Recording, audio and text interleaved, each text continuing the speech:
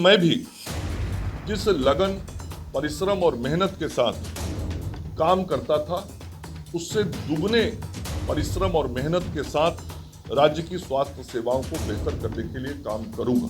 हमारे लिए सबसे बड़ा जो काम है वो रिक्तियों को भरने का है। अगले दिसंबर के महीने तक सामान्य चिकित्सा पदाधिकारी के 663 पद खाली हैं, उसको भर लिया जाएगा।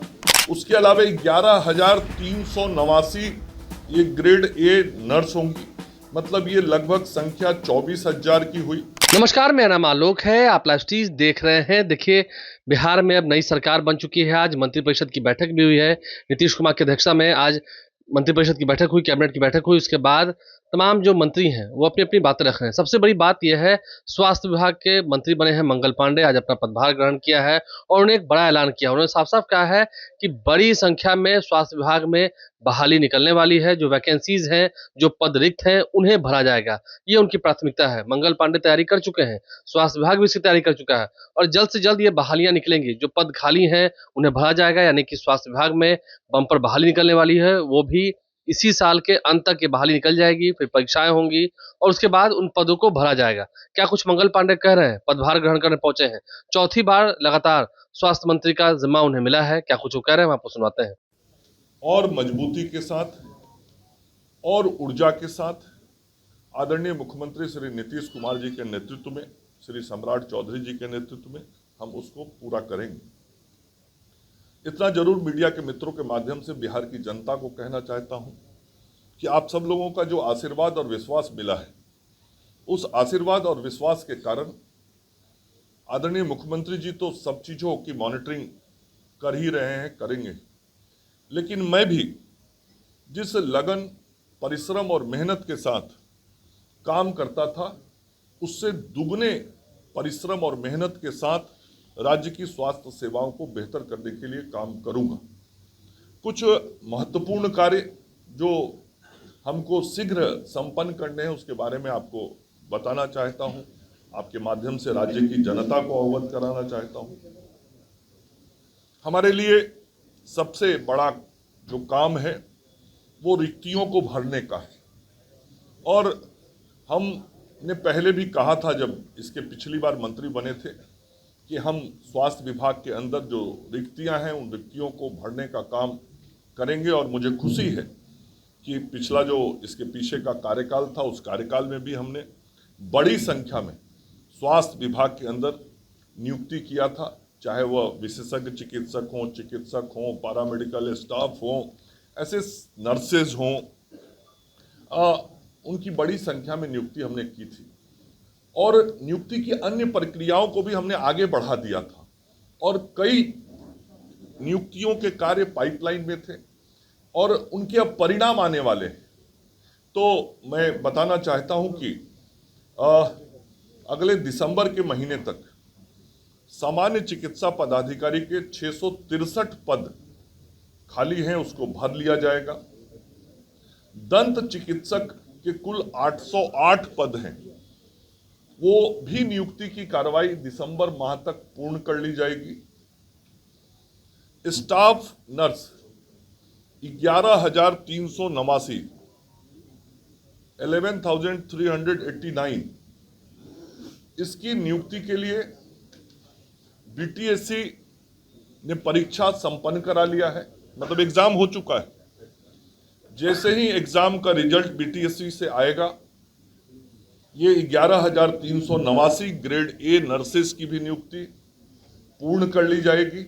मैं फिर दोहरा रहा हूं, इसका परीक्षा हो चुका है, परिणाम आना केवल शेष है।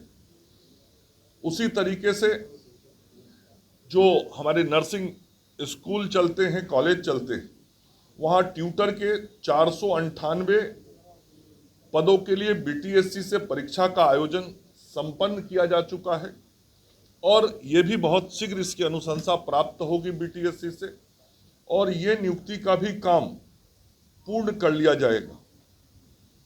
उसी प्रकार से जो बराबर आप सब मीडिया के साथी भी कहते थे और मैं भी जब गाँव में घूमता था, मुझे भी जो आवश्यकता महसूस होती थी कि अस्पतालों के अंदर pharmacist, dresser, lab technician, X ray technician, OT assistant, ECG technician, दंत विज्ञानी, ऐसे जो चिकित्सकों को सहयोग देते हैं और जिनके कारण चिकित्सकीय व्यवस्था बेहतर होती है, ऐसे लोगों की नियुक्तियों की बहुत आवश्यकता थी और ये सारा काम हमने पिछले कार्यकाल में किया था और उसी का परिणाम है कि फार्मासिस्ट के 2473, ड्रेसर के 3326, लैब टेक्नीशियन के 2969, 2969,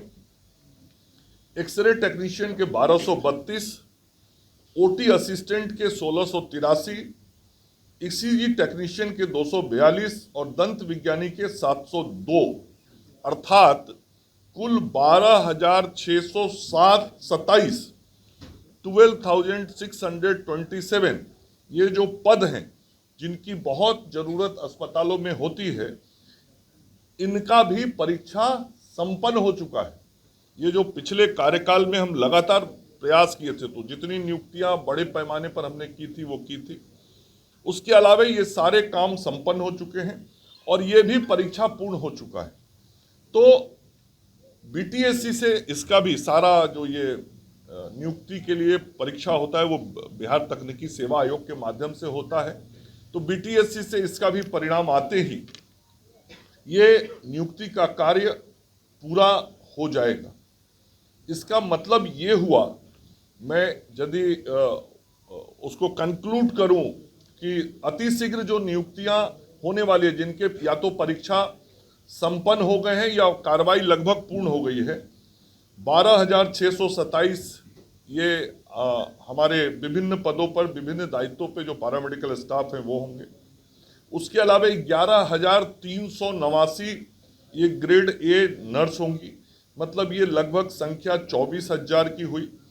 ट्यूटर 498, तो 24,500 करीब हुआ। दंत चिकित्सक पदाधिकारी 808, तो इसका मतलब 25,300 हुआ। और सामान्य चिकित्सा पदाधिकारी 663, मतलब लगभग 26,000 से अधिक पदों पे नियुक्ति की कार्रवाई अंतिम चरण में है। या तो नियुक्ति होने वाली है या परीक्षा का परिणाम प्रकाशित होने वाला है। बाकी सारी प्रक्रियाएं पूर्ण कर ली गई हैं और यह मानव बल जब गांव के अस्पतालों तक पहुंचेगा तो और ताकत बढ़ेगी। ये तो मैंने बताया जो विभाग के तरफ से हो रहा है। हम स्वास्थ्य विभाग के मंत्री के रूप में मैं चौथी बार पदभार ग्रहण करने आया हूं। मैं आभार व्यक्त करना चाहता हूं अपने देश के यशस्वी प्रधानमंत्री आदरणीय नरेंद्र मोदी जी के प्रति, अपने माननीय मुख्यमंत्री श्री नीतीश कुमार जी के प्रति, जिनके नेतृत्व में और मार्गदर्शन में हमको स्वास्थ्य मंत्री के रूप में फिर से काम करने का अवसर मिला है। जहां एक तरफ हमारे माननीय मुख्यमंत्री श्री नीतीश कुमार जी हमारे कार्यों का नेतृत्व करेंगे, हम उनकी देखरेख में स्वास्थ्य विभाग के काम को आगे बढ़ाएंगे। वहीं दूसरी तरफ देश के यशस्वी प्रधानमंत्री आदरणीय नरेंद्र मोदी जी के मार्गदर्शन में भारत सरकार के सहयोग से, भारत सरकार के स्वास्थ्य मंत्री आदरणीय जगत प्रकाश नड्डा जी और उनके सहयोग से स्वास्थ्य विभाग के काम को हम और गति देंगे। मैं अपने भारतीय जनता पार्टी के केंद्रीय नेतृत्व का भी, देश के यशस्वी गृह मंत्री आदरणीय अमित शाह जी का, संपूर्ण केंद्रीय नेतृत्व का और बिहार भाजपा के नेतृत्व का भी आभार व्यक्त करना चाहता हूं, जिन लोगों ने फिर से सरकार में मंत्री के रूप में काम करने का मुझे अवसर प्रदान किया है।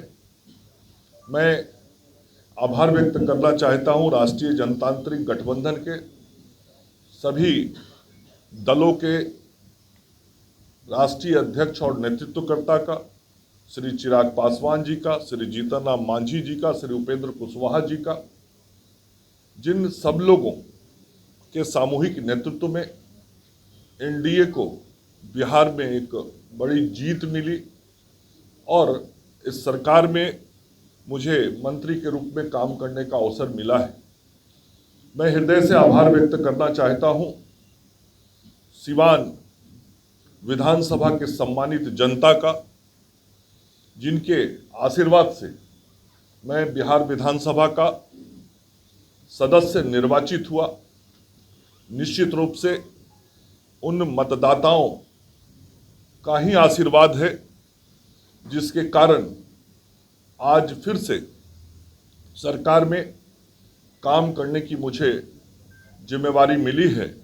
मैं विशेष तौर पे अपने क्षेत्र के सभी सम्मानित मतदाता भाइयों बहनों का आभार व्यक्त करता हूं। सीवान जिला के भी मतदाताओं का और पूरे राज्य की जनता के मतदाताओं का आभार व्यक्त करता हूं, जिसके कारण आज फिर से श्री नीतीश कुमार जी के नेतृत्व में एक प्रचंड बहुमत के साथ राष्ट्रीय जनतांत्रिक गठबंधन की सरकार बनी है।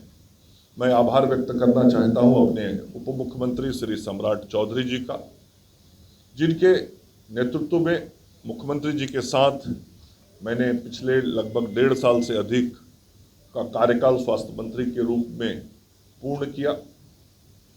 वित्त मंत्री के रूप में सदैव और उप मुख्यमंत्री के रूप में सम्राट चौधरी जी का मुझे सहयोग और मार्गदर्शन मिला और निश्चित रूप से पूरे चुनाव में भी श्री सम्राट चौधरी जी के नेतृत्व में हम सब लोगों ने भारतीय जनता पार्टी की तरफ से और एनडीए की तरफ से पूरा परिश्रम किया, मेहनत किया।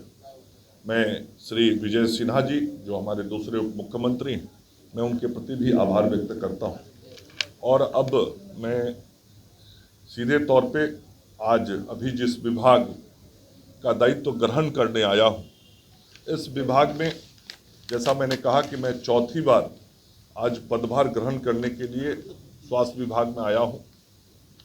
एक लंबे समय से स्वास्थ्य मंत्री के रूप में बिहार की जनता का सेवा करने का अवसर मिला है और स्वास्थ्य सेवा हो या स्वास्थ्य शिक्षा हो या आयुष का क्षेत्र हो, सभी जगहों पे एक बड़ी लकीर खींचने की कोशिश श्री नीतीश कुमार जी के नेतृत्व में हमने की है।